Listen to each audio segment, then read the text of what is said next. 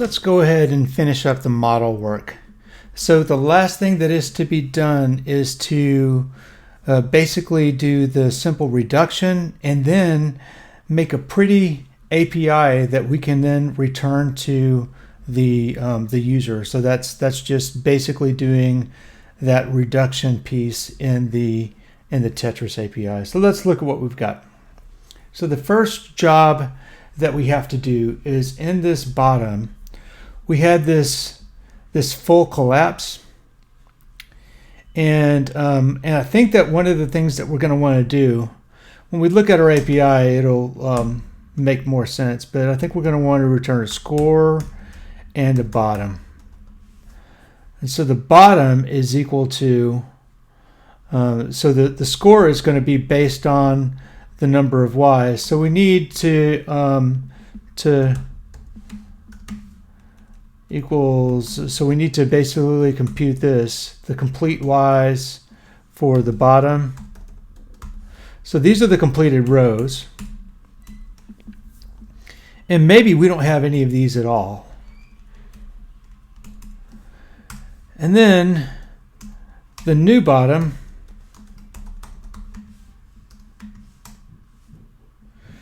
is we're going to start with the rows, and then we're going to reduce over those.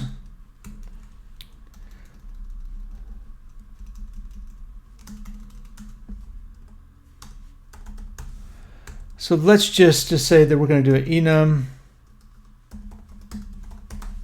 account on the rows, and then we're going to send those back, and then based on those, we can calculate a score. And then we're going to send the new bottom back. So the new bottom is going to be this reduced thing. So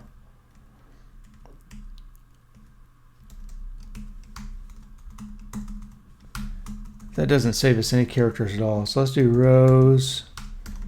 Okay, so then we're going to just reduce over rows, bottom, and then the collapse, and then we're going to collapse the row.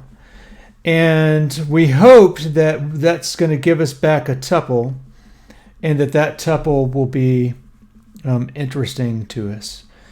So we can start with a known data set and go from there. And the known data set is actually in our test, in the bottom test. So the bottom test is right here. And so this could be a full collapse with single row, and then we'll take this this test case and do basically the same thing. We'll do basically the same thing again, and maybe we'll tweak that API a little bit. I think that we could probably do a pretty good job of refactoring this code a little bit and allowing us to do a list version of this. So, but we'll do that in a second. Okay, so we're doing a full collapse, and so our actual, we're not going to look at the map.keys anymore, and this is going to be a full collapse. Collapse given the bottom. And then for now, let's just pipe that to io.inspect. And then let's see where we go from there.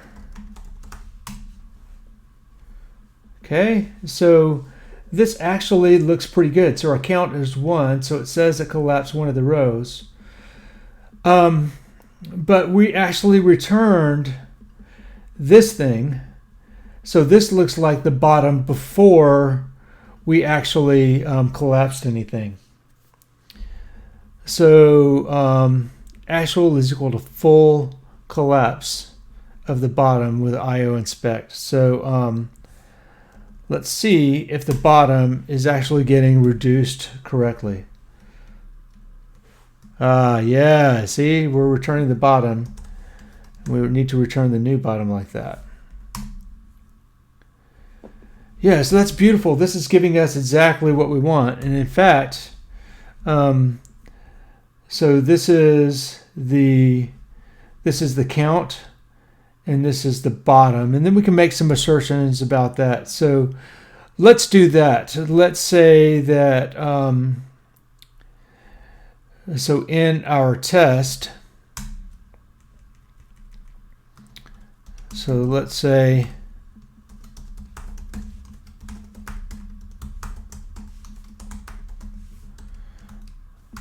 so I'm going to say assert, and then assert map.keys on the, so that is actually going to have a 20 or a 19 and a 20.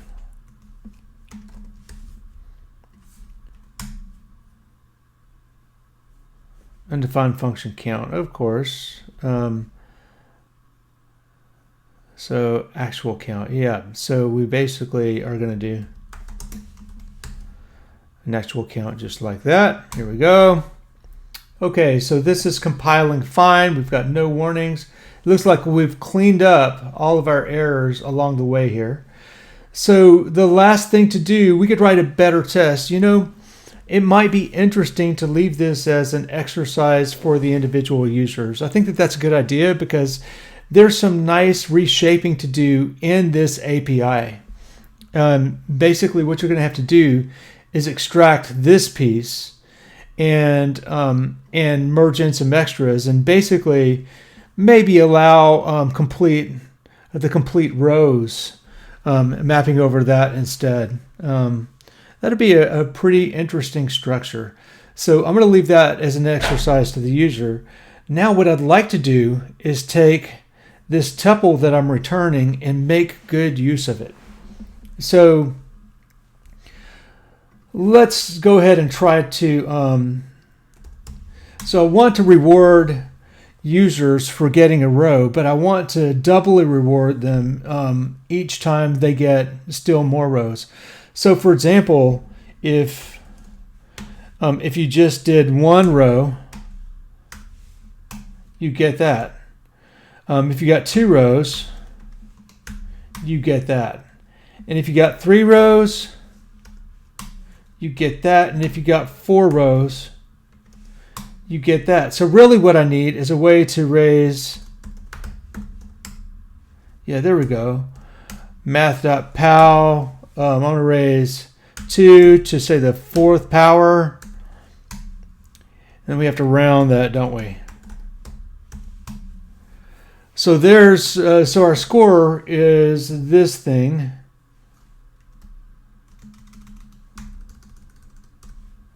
I'll take that and I'll do a round of that. And I'm going to say 100 times. So that's my score.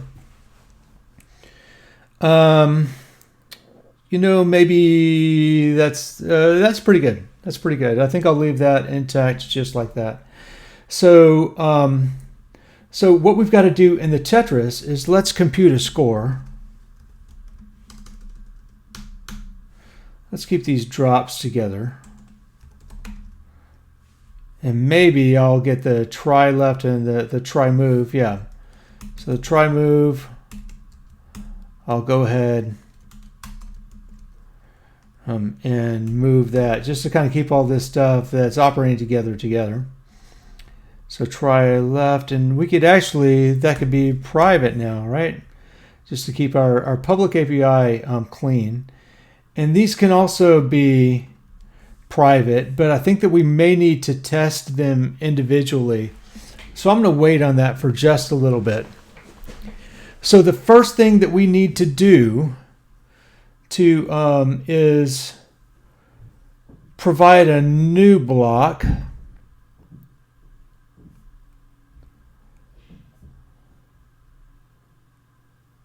So if I didn't, okay, so here I created a new random brick. That's good. And so I actually need to run this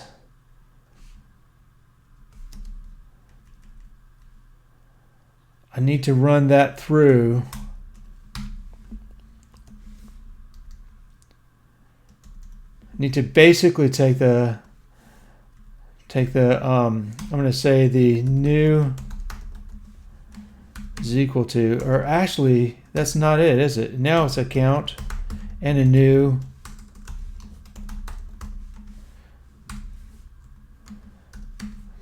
And then I'm going to do the merge, and I'm going to pipe that through, pipe all of that into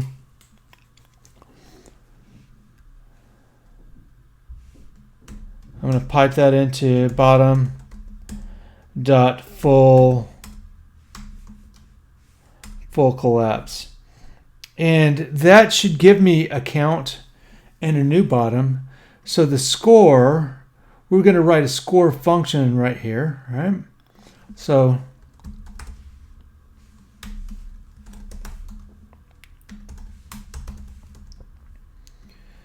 okay, so maybe we pass the current score down in the count. No, I don't need to do that, do I? I just need to calculate the difference in score. That's great. So let's go ahead and increase this. Basically manage the score with the formula that we had. So our formula is right here.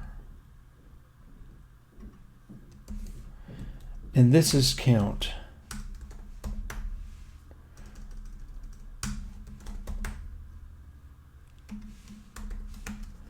We're raising 2 to the count to the second power. So basically that'll be, is that right? No, we're raising 2 to the count power. See, the first power is 2, then 4, then 8. Yeah, so that's going to do what we want it to. So there's our score. Our score is going to be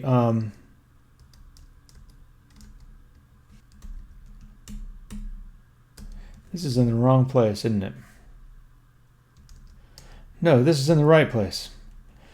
So our score is going to be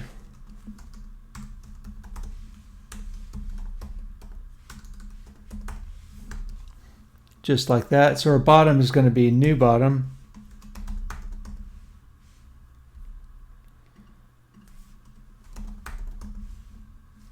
So I'm going to tidy this up a little bit. This is kind of the critical piece of code, so it needs to be pretty readable. And we can pipe that, and then we can pipe that. So basically we're saying take the bottom, then merge it with the points, and then do a full collapse. And that's going to return count and a new bottom, and then we can use those two elements to return the result that we're looking for. So I'm going to see if this works in the console. Actually, no, we can go ahead and try to run a test on that. We could try to run a bottom test with this piece. So test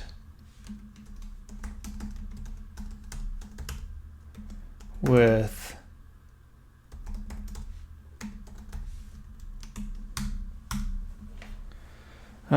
yeah, I'm kind of at a loss as to what to do right now. So let's take stock a little bit, and I'm going to strategize. I'm going to think a little bit about how I want to manage my test.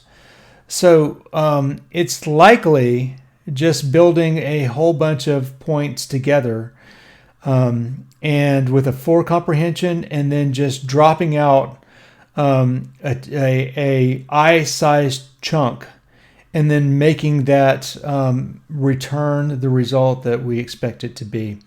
But I want to think about this a little bit, and by a for comprehension, I think we looked at these before, but we could look at them again.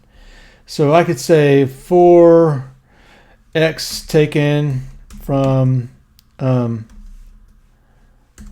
to 2, and then y taken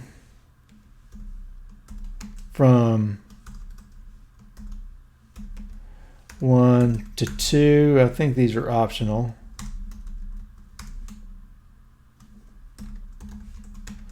And then I could say x, y, or something like that. And you could see that since this builds all the possible combinations, that I could easily do something like for x is into 1 to 10, and y is in 16, or I'm sorry, for y is in 17 to 20. And then I can also throw another condition in there where y or x is not equal to maybe 7. And then I can drop a piece right into that piece, right into that place. Right? So you see that I got everything for every x value but 7. And then I can drop an I shape right into that place. And that can give me a pretty good, so I'm going to have to do a little bit of data massaging to get this into the shape I want. But that's going to give me the bottom that I want. And that's going to be a pretty full test of my of what the bottom should be. So let's take stock in where we are, and we'll come back with the test and the big finish. Bye.